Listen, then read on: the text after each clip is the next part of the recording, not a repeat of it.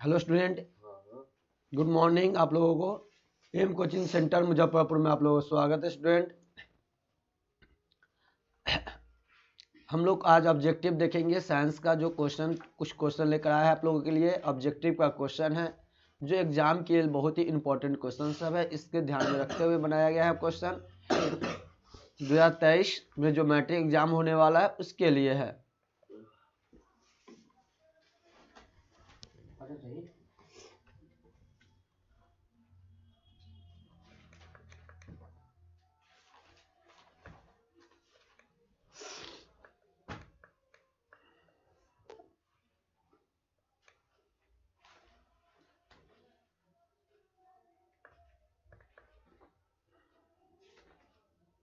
हम लोग एक देखते हैं क्वेश्चन। देखिएगा एक नंबर क्या क्वेश्चन है आप लोगों के लिए।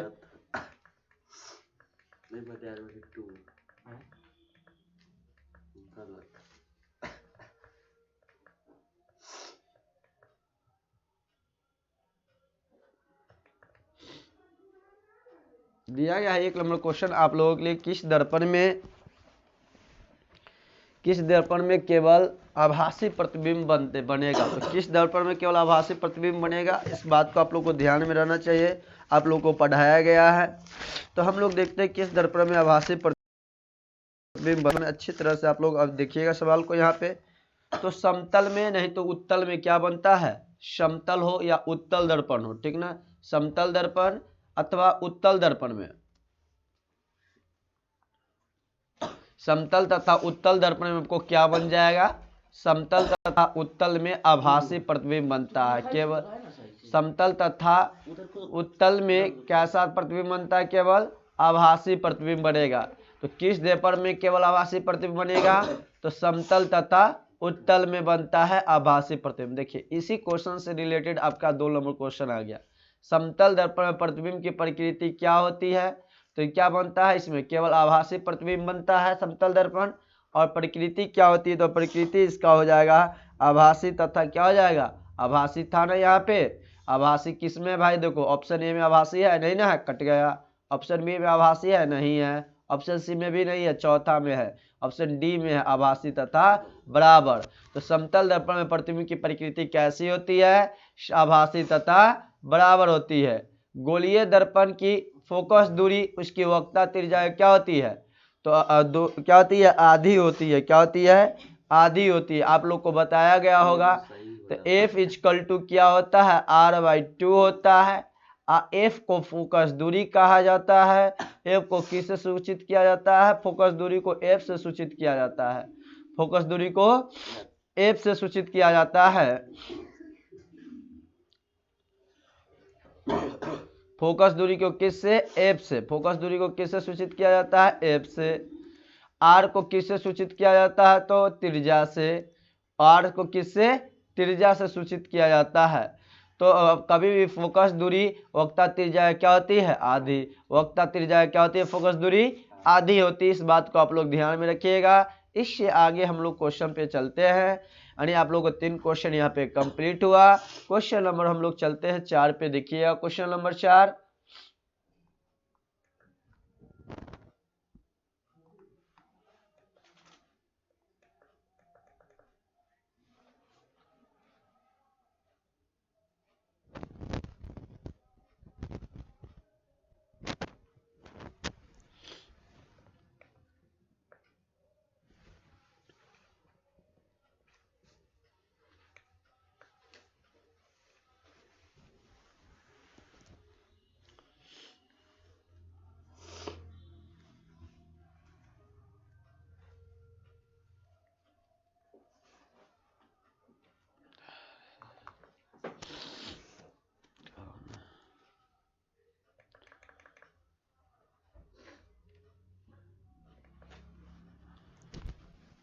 क्वेश्चन नंबर 4 की चर्चा किया जाए तो क्वेश्चन नंबर आप लोग 4 देखिएगा।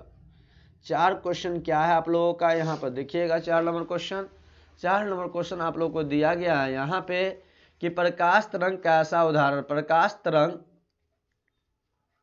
का उदाहरण है। तो प्रकाश तरंग का उदाहरण है, तो इस बात को ध्यान में रखिएगा। प्रकाश तरंग विद्युत चुंबकीय तरंग होता है। कैसा तरंग होता है, प्रकाश तरंग विद्युत चुंबकीय तरंग होता है। और प्रकाश में चाल या निर्वात में चाल पूछा जाए तो कितना होता है। प्रकाश में निर्वात की चाल चर्चा किया जाए तो निर्वात की चाल जब चर्चा किया जाता है प्रकाश में तो कितना होता है भाई 3 × 10⁸ मीटर प्रति सेकेंड होता है। 3 × 10⁸ मीटर प्रति सेकेंड होता है। इसे को ही अब इसके बाद आप लोग को समझ आ गया कि प्रकाश तरंग का उदाहरण क्या है। तो प्रकाश तरंग के उदाहरण क्या है, विद्युत चुंबकीय तरंग है। इस बात को आप लोग ध्यान में रखिएगा। इसके बाद हम लोग चलते हैं इससे आगे। अब विद्युत चुंबकीय तरंग है, प्रकाश तरंग किसका उदाहरण हो गया, विद्युत चुंबकीय तरंग का हो गया उदाहरण। क्वेश्चन नंबर हम लोग देखते हैं 4 देखते हैं। क्वेश्चन नंबर 4 देखिए, क्वेश्चन नंबर 4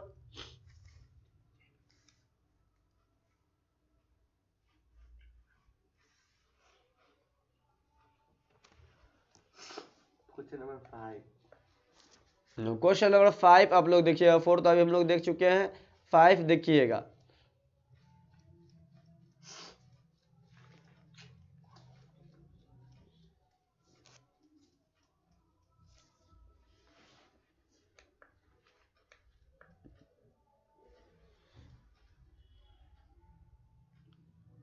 देखिए 5 क्वेश्चन देखिएगा आप लोग। कितने नंबर क्वेश्चन, 5 नंबर क्वेश्चन। देखिए दर्पण का क्या सूत्र होता है, आपको रोज पढ़ाया जा रहा है। कल भी पढ़ाया गया था दर्पण के सूत्र के बारे में, परसों भी पढ़ाया गया था। रोज आपको दर्पण के सूत्र के बारे में पढ़ाया जा रहा है। मुझ पर जवानी याद हो जाना चाहिए आप लोगों को कि 1/f बराबर है क्या होता है दर्पण का सूत्र, 1/v + 1/u होता है। यह हम लोग का दर्पण का सूत्र होता है। इस बात को ध्यान में रखिएगा। बहुत ही अच्छा क्वेश्चन है ये, आपके एग्जाम में पूछा जाता है हर साल ये क्वेश्चंस। अब इसके बाद देखिए गोलीय दर्पण में फोकांशांतर एवं वक्रता त्रिज्या के बीच का संबंध है। अब गोलीय दर्पण और फोकांशांतर में पूछ रहा है क्या पूछ रहा है, गोलीय दर्पण में फोकांशांतर एवं वक्रता त्रिज्या के बीच संबंध को पूछा जा रहा है। तो देखिए भाई क्या होगा, F क्या हो गया फोकांशांतर, R/2 वक्रता त्रिज्या हो गया। इसके बीच में संबंध यही बनता है, F = R/2 बनता है। इस तरह से आप लोग का क्वेश्चन नंबर 6 कंप्लीट हुआ। क्वेश्चन नंबर हम लोग चलते हैं 7 पे।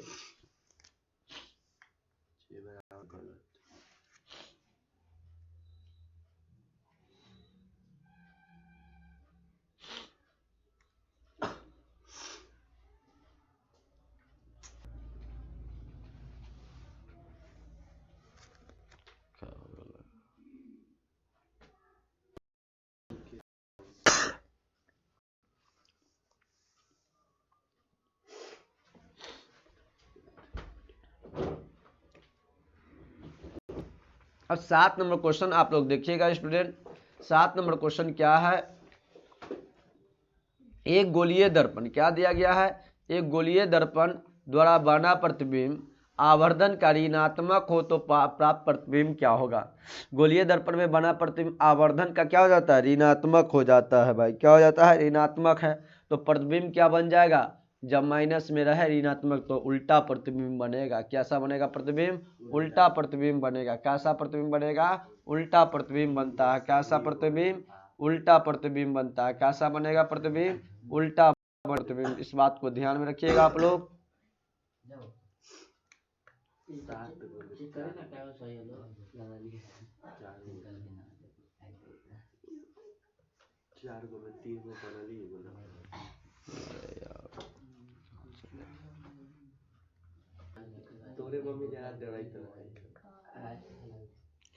आठ नंबर क्वेश्चन आप लोग देखिएगा क्या है। 8 नंबर क्वेश्चन में दिया गया है सोलर कुकर में, जो सोलर कुकर है उसमें सोलर कुकर में व्यवहार किया जाता है किस दर्पण का।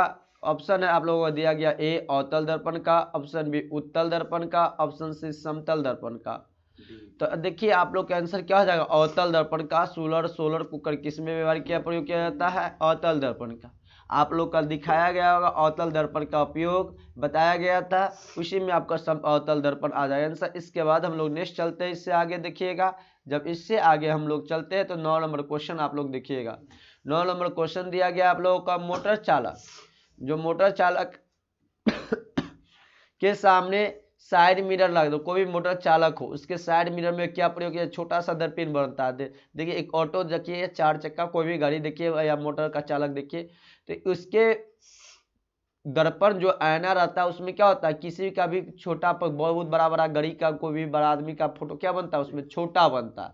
छोटा किस में दर्पण बनता है, और क्या बनता है छोटा, तो उत्तल में बनता है। आंसर क्या हो जाएगा हम लोग का, उत्तल दर्पण। यानी इस तरह से याद रखिएगा कि किसी गाड़ी का में एक आईना लगा रहता है, दर्पण लगा रहता है साइड मिरर में, जिसमें कोई भी पीछे से आ रही गाड़ी को छोटा दिखाई देता है ना उसमें, तो छोटा किस दर्पण में दिखाई देता है, उत्तल दर्पण में। तो आंसर हम लोगों को क्या हो जाएगा, उत्तल दर्पण हो जाएगा। प्रकाश की किरणें गमन करती है, पहला दिन ही आपको पढ़ाया गया था सीधी रेखा में। प्रकाश है, प्रकाश कभी भी किसमें, सीधी रेखा में गमन करती है। किसमें, सीधी रेखा में गमन करेगी प्रकाश, कहाँ पे, सीधी रेखा में गमन करती है। अब नेक्स्ट क्वेश्चन आप लोग को पढ़ाया गया था, प्रकाश के परावर्तन के कितने नियम है। तो प्रकाश के परावर्तन के नियम की चर्चा किया जाए तो प्रकाश के परावर्तन का 2 नियम होता है, आप लोग को ध्यान में रखना होगा। प्रकाश के परावर्तन के कितने नियम है, 2 नियम होते हैं। कितने नियम है प्रकाश के परावर्तन के, 2 नियम। किस दर्पण में बड़ा प्रतिबिंब बनता है, तो किस दर्पण में बड़ा प्रतिबिंब बनता है, तो याद रखिएगा बड़ा प्रतिबिंब हमें अवतल दर्पण में बनता है। किसमें, जब हम दाढ़ी बनाने जाते हैं तो मेरा फोटो पूरा शरीर को लाना होता है, तो किसके लिए हम अवतल दर्पण का प्रयोग करते हैं, ठीक ना। किस दर्पण में बड़ा प्रतिबिंब बनता है, अवतल दर्पण में बनता है। छोटा प्रतिबिंब किसमें, उत्तल में। साइड मिरर में किसका प्रयोग, उत्तल दर्पण का प्रयोग, इस बात को ध्यान। किस दर्पण में बड़ा प्रतिबिंब बनता है, तो अवतल में। किसमें बनता है बड़ा प्रतिबिंब, अवतल दर्पण में। अब इसके बाद नेक्स्ट बात चलेगा, इसके बाद आप लोग 14 नंबर क्वेश्चन देखिएगा। 14 नंबर क्वेश्चन क्या है, समतल दर्पण द्वारा बना प्रतिबिंब होता है। तो समतल द्वारा बना प्रतिबिंब क्या होता है, इस बात को ध्यान में आप लोग रखिएगा। तो समतल दर्पण में बना प्रतिबिंब आप लोग का क्या हो जाएगा, समतल दर्पण में बना प्रतिबिंब काल्पनिक होता है। क्या होता है, काल्पनिक। ऑप्शन बी सही हो जाएगा। अभी आपको बताया गया थोड़ा देर, दाढ़ी बनाने में कौन सा दर्पण उपयुक्त होता है, तो दाढ़ी बनाने के लिए अवतल दर्पण की जरूरत पड़ेगा, क्योंकि वे 12 शरीर को चाहिए, हमें 12 फोटो प्रतिबिंब चाहिए। 12 प्रतिबिंब किस दर्पण में, तो अवतल दर्पण में प्राप्त होता है। किस प्रतिबिंब में, अवतल दर्पण। क्वेश्चन नंबर 16 देखिएगा आप लोग, परावर्तन के नियम से भी निर्धारित होता है आपतन कोण बराबर परावर्तन कोण, अपरावर्तन कोण बराबर अपवर्तन कोण, आपतन कोण बराबर विचलन कोण। तो आपतन कोण बराबर क्या हो जाएगा, परावर्तन कोण हो जाएगा। 16 का ए आप लोग का आंसर सही हो जाएगा।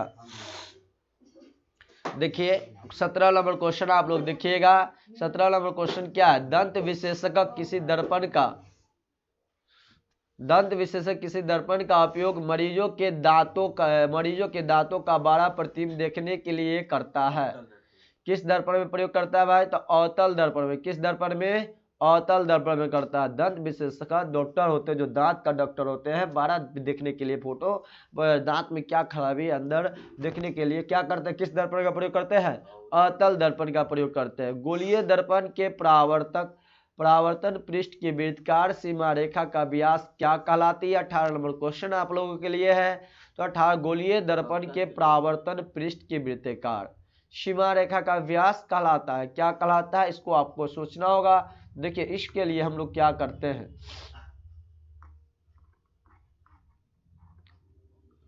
क्या आंसर हो जाएगा 18 का आप लोगों का, 18 का आंसर हो जाएगा वक्रता त्रिज्या। क्या हो जाएगा, वक्रता त्रिज्या हो जाएगा। 18 का आंसर क्या हो जाएगा आप लोगों के लिए, वक्रता त्रिज्या। गोलीय दर्पण के परावर्तन पृष्ठ के वृत्तकार सीमा रेखा का व्यास क्या कहलाता है, वक्रता त्रिज्या कहलाता है। क्वेश्चन नंबर 19 देखिएगा आप लोग, क्या दिया गया है, एक उत्तल दर्पण है। क्या है, एक उत्तल दर्पण में बड़ा प्रतिबिंब हमेशा होगा। एक उत्तल दर्पण में बड़ा प्रतिबिंब हमेशा होगा।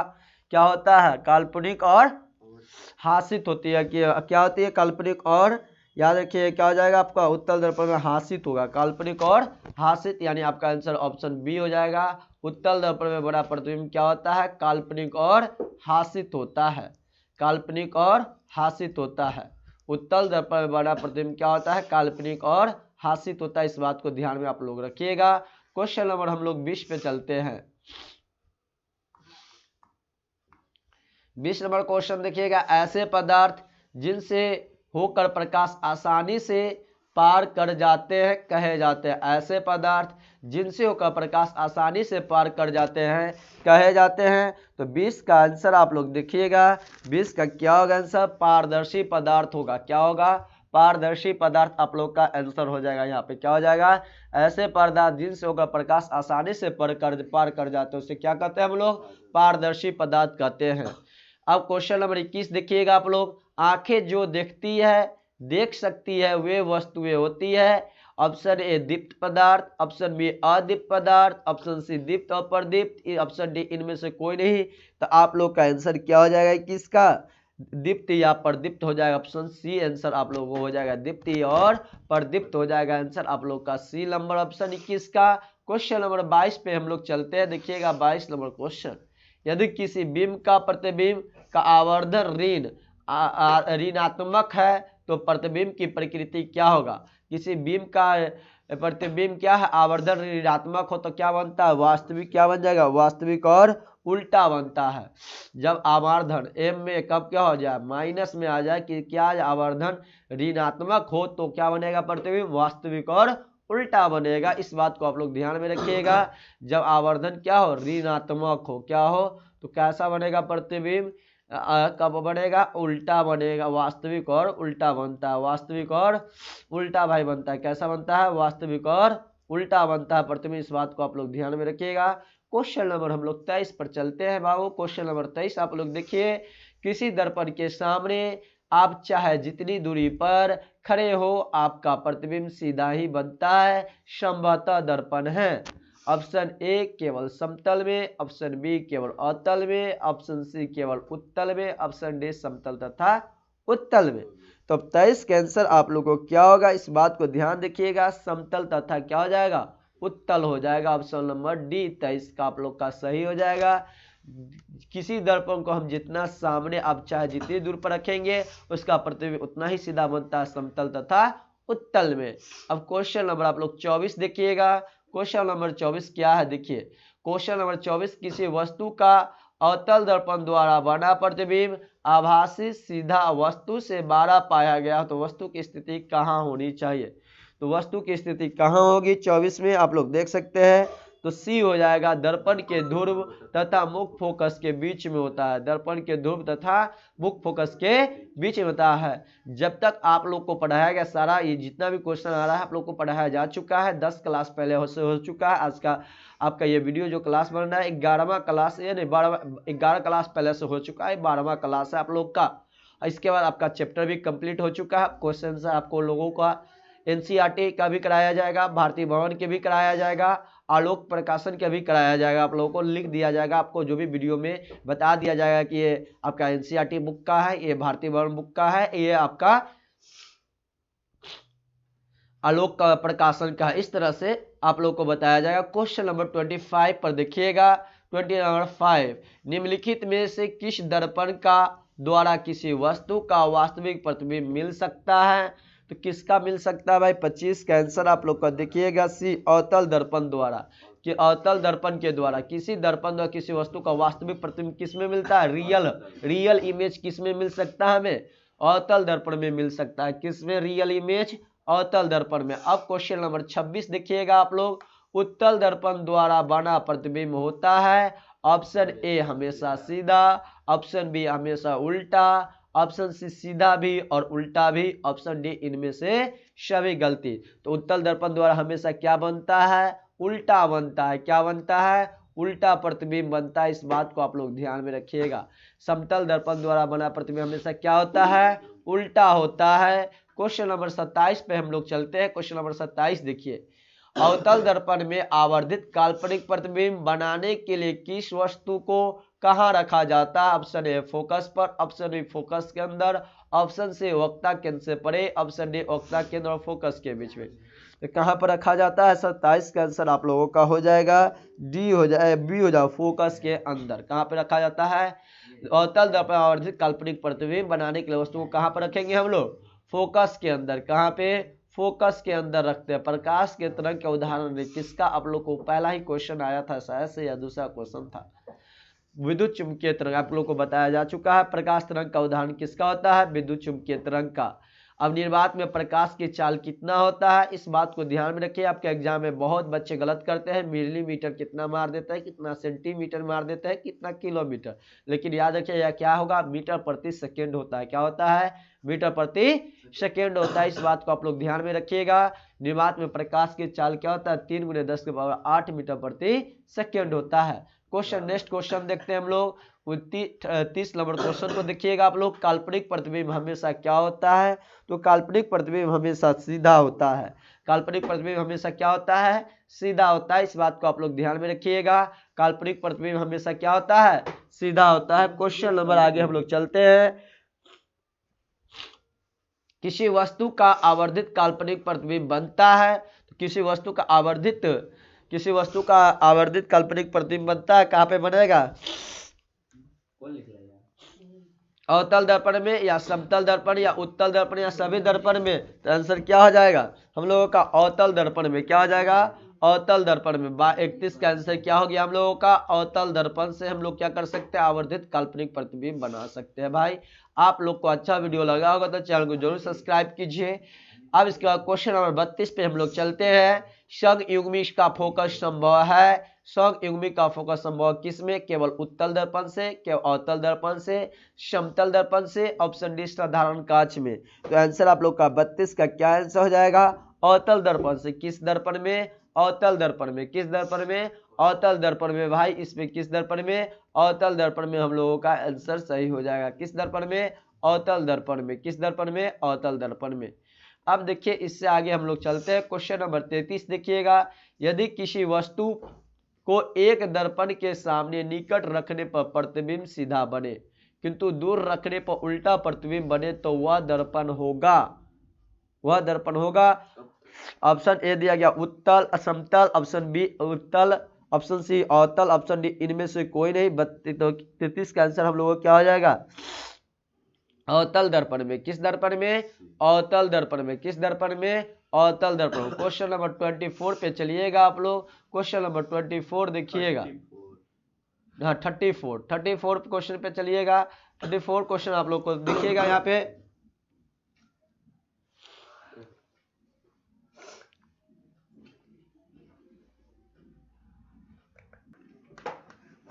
क्वेश्चन नंबर अब हम लोग देखते हैं 34 नंबर क्वेश्चन देखिएगा।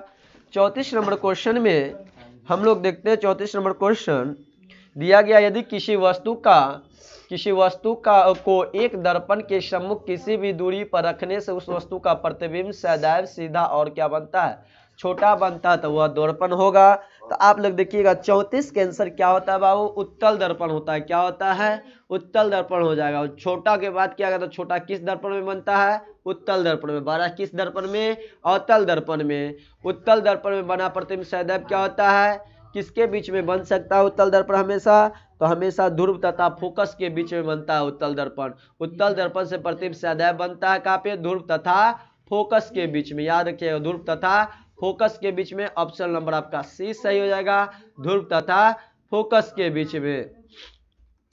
ध्रुव तथा फोकस के बीच में कौन सा दर्पण बनता है, अवतल दर्पण आप लोग का उत्तल दर्पण बनता है। किस बीच में। अब इसके बाद नेक्स्ट क्वेश्चन आप लोग देखिएगा 36 नंबर क्वेश्चन।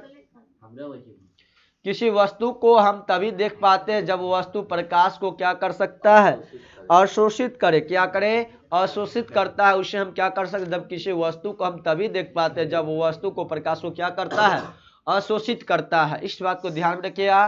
क्वेश्चन नंबर 37 पर चलते हैं। किसी दर्पण में वास्तविक प्रतिबिंब नहीं बन सकता, तो किसी दर्पण में वास्तविक प्रतिबिंब कहाँ नहीं बन सकता, तो 37 का आप लोग का आंसर हो जाएगा समतल दर्पण में। भाई नहीं बन सकता। कहाँ पे नहीं बन सकता है, समतल दर्पण में किसी भी वस्तु का वास्तविक प्रतिबिंब नहीं बनता। क्वेश्चन नंबर 38 देखिएगा आप लोग। क्वेश्चन नंबर 38 क्या है आप लोगों के लिए, अवतल दर्पण की फोकस से चलती किरणें होगा यहाँ पे, किरणें परावर्तन के बाद, यानी अवतल दर्पण से फोकस से चलती हुई किरणें परावर्तन के बाद कहाँ पे क्या करता है, प्रधान अक्ष के समांतर हो जाती है। कहाँ पे, प्रधान अक्ष के समांतर हो जाती है। क्वेश्चन नंबर 39 आप लोग देखिएगा स्टूडेंट।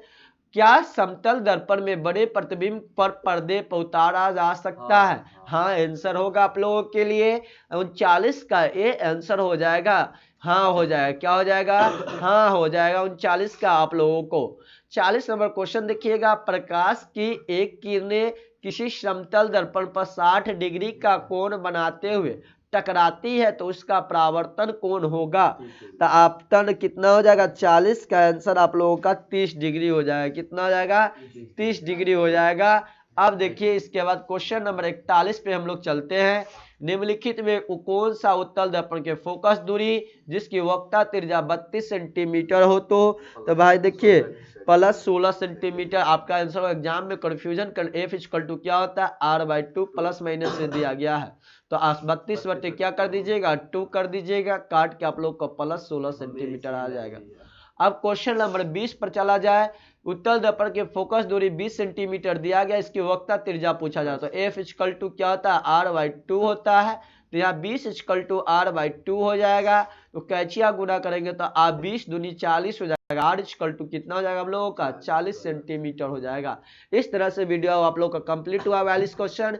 यदि आप लोगों को क्वेश्चन अच्छा लगा होगा तो चैनल को जरूर सब्सक्राइब कीजिएगा, शेयर कीजिएगा दोस्तों के पास, बेल आइकन बटन जरूर दबा दीजिएगा, जिसके कारण आपको जब वीडियो अपलोड किया जाएगा तो आपके पास नोटिफिकेशन पहुंच सके।